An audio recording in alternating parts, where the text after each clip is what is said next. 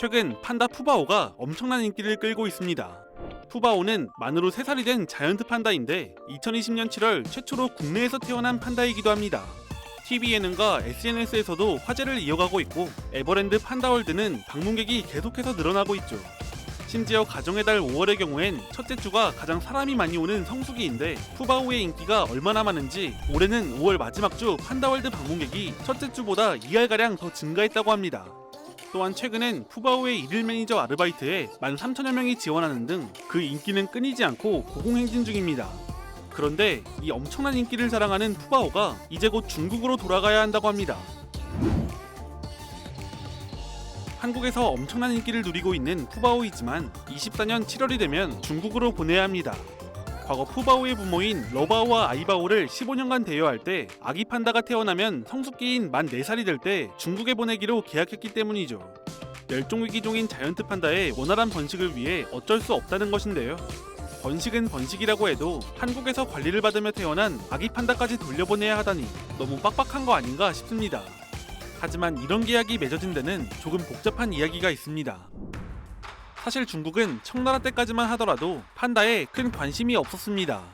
청나라면 중국의 전근대 마지막 왕조이니 중국의 역사상 대부분의 시간 동안 관심이 없던 것인데요. 중국에 판다라는 동물이 있다는 것을 사람들이 거의 모를 정도였습니다. 또한 가죽이건 고기건 별로 인기가 없었기 때문에 판다 서식지 주변에서 활동하는 사냥꾼조차도 판다를 사냥하는 경우가 별로 없었고 그나마 사냥하는 경우는 다른 동물을 잡다가 우연히 사냥하는 경우였습니다. 그러면 대체 판다는 어떻게 중국을 대표하는 마스코트 중 하나가 되었을까요? 판다의 인기는 중국 밖 서유럽에서 먼저 시작됐습니다. 판다를 서유럽에 처음 소개한 사람은 프랑스 선교사이자 박물학자인 아르망 다비드입니다. 그는 1862년부터 12년간 중국 각지에서 선교 활동을 하며 중국의 동식물을 채집하고 분석, 분류했는데 이때 그가 무핑진의 한 지주가 수집한 판다 가죽을 보고 흥미가 생겨 연구한 것이 유럽에 알려지게 됩니다. 다비드의 판다 표본과 연구는 유럽의 연구소와 동물원, 보유층에 폭발적인 관심을 일으켰고 곧 모두가 판다 표본을 구하기 위해 열을 올리게 됩니다.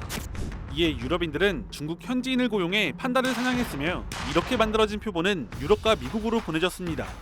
판다의 인기는 반짝 인기가 아니었습니다. 인기는 식을 줄 몰랐으며 사람들은 점점 표본이 아닌 살아있는 판다를 원하기 시작했습니다. 1928년 시카고 필드 자연사박물관은 중국 서남부에 동식물 표본을 수집하기 위해 조사단을 파견했습니다. 이 조사단 중 한 팀이 루즈벨트 형제의 조사단이었는데 그들은 연구여행이란 목적으로 입국해 쓰촨성 다젠루에서 직접 판다를 사냥했습니다.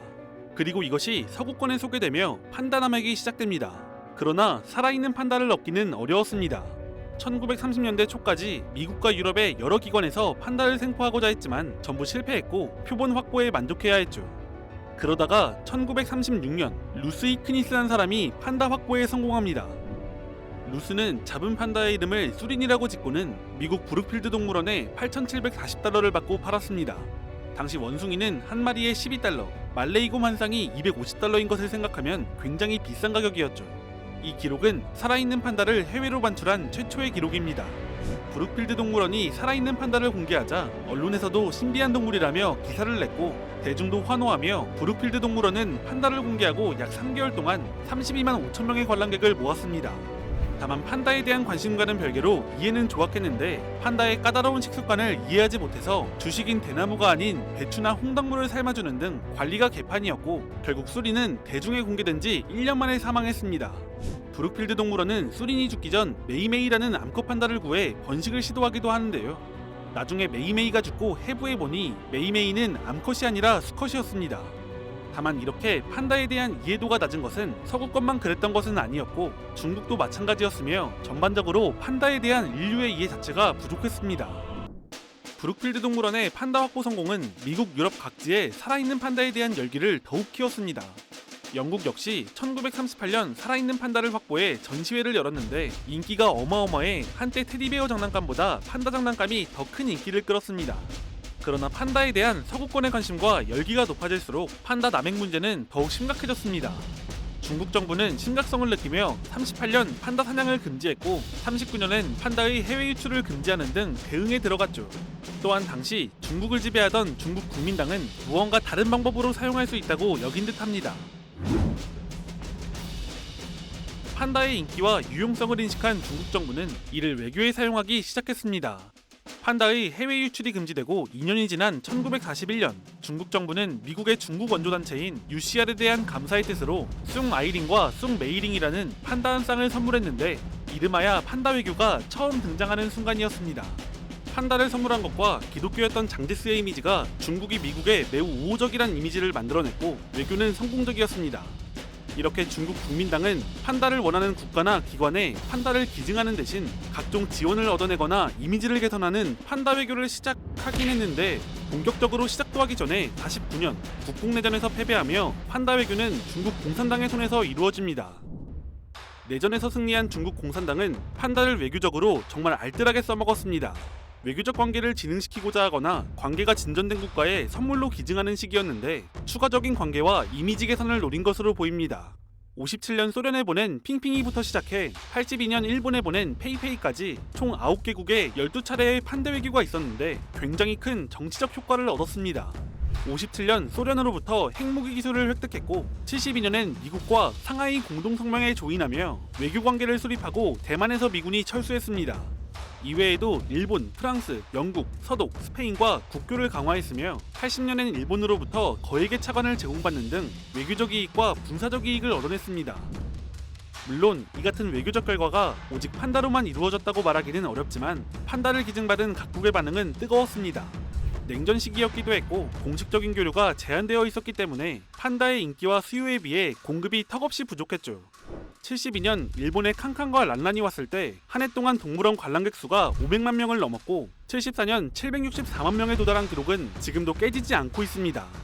또한 판다의 귀엽고 순둥순둥한 이미지와 중국의 대표 동물이라는 이미지가 합쳐지며 중국이 대외적으로 긍정적인 이미지를 만드는 데 도움이 됐습니다. 그런데 우리가 궁금한 것은 이렇게 외교적으로 기증받던 판다가 왜 계약기간이 정해진 대여의 대상이 되는 등 까다로워진 이유입니다. 82년 일본에 판다를 보냈을 때까지만 하더라도 판다를 기증하는 방식이었지만 대여로 바뀌었죠. 이 원인은 중국이 1984년 워싱턴 협약에 가입하면서 시작됩니다.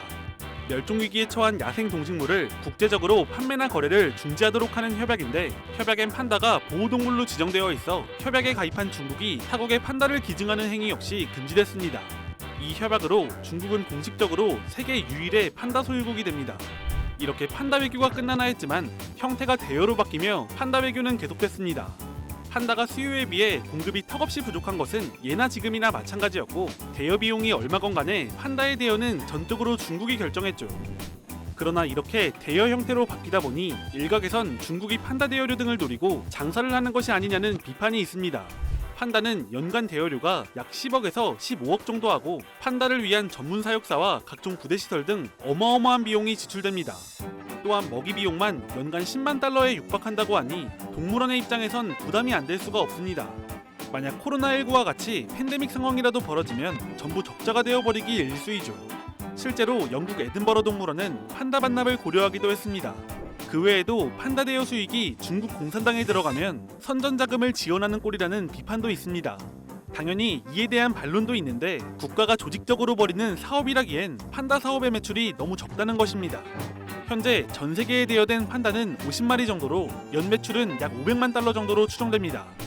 한편 최근 온라인 커뮤니티에선 국제적 멸종위기종이자 우리나라에선 유해종인 고라니를 외교에 이용해 일명 고라니 외교를 하자는 의견이 있습니다. 그런데 다른 나라에서 고라니 소리를 듣고도 받으려 할지는 잘 모르겠네요.